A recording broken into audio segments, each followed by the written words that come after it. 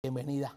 Gracias, y para mí, tú sabes que es un placer siempre estar aquí. Hay una publicación que se ha hecho viral, que todas las páginas, bueno, que se dedican a publicaciones de Cuba, le han dado cobertura, y es a raíz de algo que escribiste, y quiero que pongamos en contexto al público.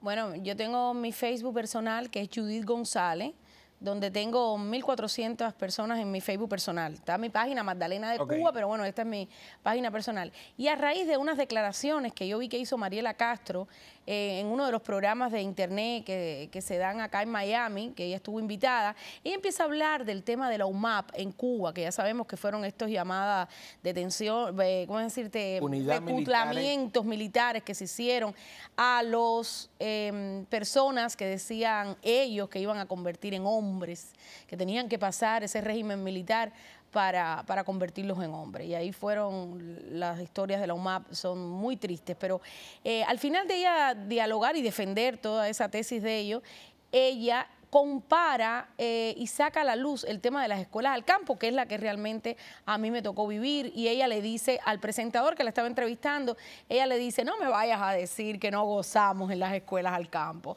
no me vayas a decir que no nos fue súper bien y que aprendimos muchísimo allí. Entonces hay un tema, que ese tema, cuando yo lo escucho, hay una onda ahí que nuestra generación guarda de esa época, mi generación guarda de esa época, un sentimiento raro. Y el sentimiento está, Carlucho, en que hoy día yo digo que agradezco ese lugar, porque de ese lugar solamente lo mejor que me llevé fueron los seres humanos que hoy día todavía son mis amigos, y la mayoría de mis compañeros de estudio de esta etapa mía de preuniversitario viven aquí en el exilio y fuera de Cuba, en cualquier país del mundo, están regados todos. Y me pregunto, qué bien le hicieron a la juventud, si la mayoría de la juventud de esta época está fuera de Cuba. Es decir, que fue una etapa donde era obligado ir a la escuela al campo. Yo en mi escrito lo aclaro bien, yo no tuve opción de decir yo no voy. ¿Este eres tú en tu etapa estudiantil? Esa soy yo en 10º grado con mi amiga, mi compañera, que fue la persona que me dio casa en este país cuando yo llegué, que me dijo: ven para mi casa, aquí puedes vivir conmigo, mi compañera de siempre. Estabas becada, ¿no? Estaba becada, esto fue preuniversitario, esto fue 10º grado. ¿En dónde lo hiciste? Ceballos 6, en Ciego de Ávila. Ciego de Ávila. Y yo no tuve opción. Si tú te querías graduar de preuniversitario en Cuba, tú tenías que ir a una escuela en el campo. Déjame preguntarte algo. Tú estuviste, porque yo también estuve becado, y hay muchas personas que ven Mega que tienen una edad que ya llegaron hace muchos años y eso no existía. Una beca era para las personas que vivíamos en la capital. Tú te ibas a una escuela al campo y estabas ahí por una semana, pero hubo una época que era por 11 días. ¿Tú te acuerdas? Bueno, o 13 días. Bueno, esos eran los campamentos, ¿no? No. Bueno, las becas. Yo te estoy hablando, la beca que yo viví fue, desde que yo apruebo 9º grado, a mí me seleccionaron para que yo fuera a Ceballos 6, que era mi escuela al campo, donde yo estuve 3 años de mi vida. Exacto, eso es lo que estoy hablando yo, preuniversitario, pero habían preuniversitarios en La Habana, que mucha gente va a decir, era 11 días sin ir a tu casa. Ah, claro, cada 15 días el pase. Eso es lo que estoy hablando. Claro, cada 15 días, ¿no? Cuando y cualquier se cayó cosa. el campo de esta que los mantenía y toda esta historia, quitaron los viajes semanales que tú te ibas de pase los viernes, como yo aquí, que me fui de pase los viernes, y había que esperar 15 días sin ver a tu familia en esa edad. No, y que en ese momento que te quitaban el pase por cualquier cosa, te quitaban también el pase, si tú no cumplías la jornada, te llevaban a trabajar al campo. Claro. Yo te voy a decir mi rutina, y mi rutina era, yo me tenía que levantar a las 5:30 de la mañana, 6:30 yo estaba, lloviera, tronara o relampagueara, yo estaba con unas botas de goma que me llegaban a las rodillas, vestida de campo. De hecho, si era el lunes, iba con la ropa limpia, pero ya el martes, esa misma ropa yo me la tenía que poner con aquel agrio de la naranja, porque a mí me tocó tocó recoger naranja igual que a mí. Recoger naranja, hacer surcos de naranja. Y recuerdo que ese olor a ácido todo el tiempo en mi cuerpo. Así nosotros nos íbamos apenas con un pan duro que nos daban de desayuno.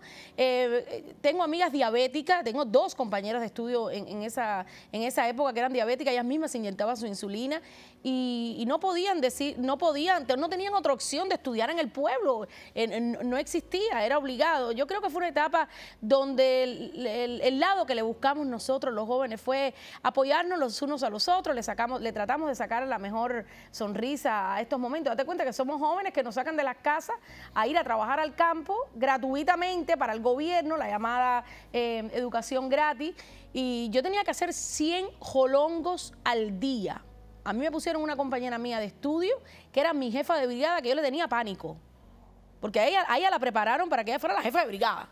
Ella era la más fuerte, era la que más te exigía, y a ella la prepararon, y yo recuerdo que muchas niñas se desmayaban en esta faena, llorábamos, sufríamos muchísimo, muchas veces íbamos y tratábamos de que fuera ella, la jefa de brigada, nuestra mejor amiga, para que pudiera ponernos jolongos de más, y ella decía, no puedo seguir más inventando, ya les puse 5, piérdanse. Allí en la Escuela del Campo nosotros sufrimos muchísimo. ¿Y por qué?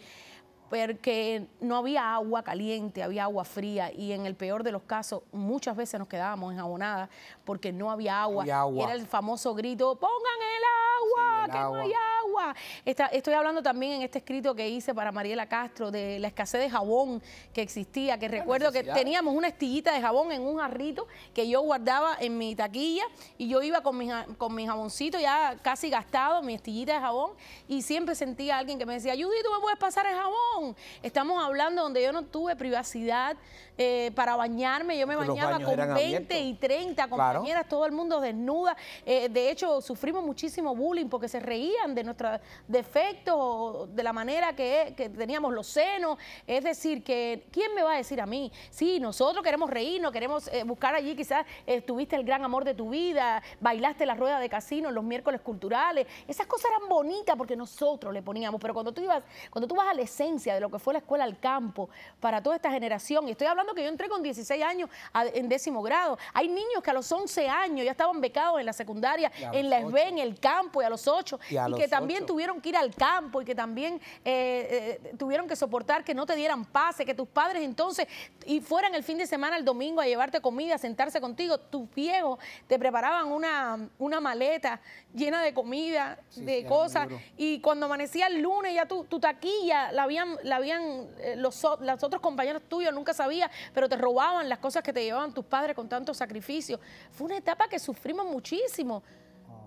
La revolución nos sacó de nuestras casas para hacernos de ellos.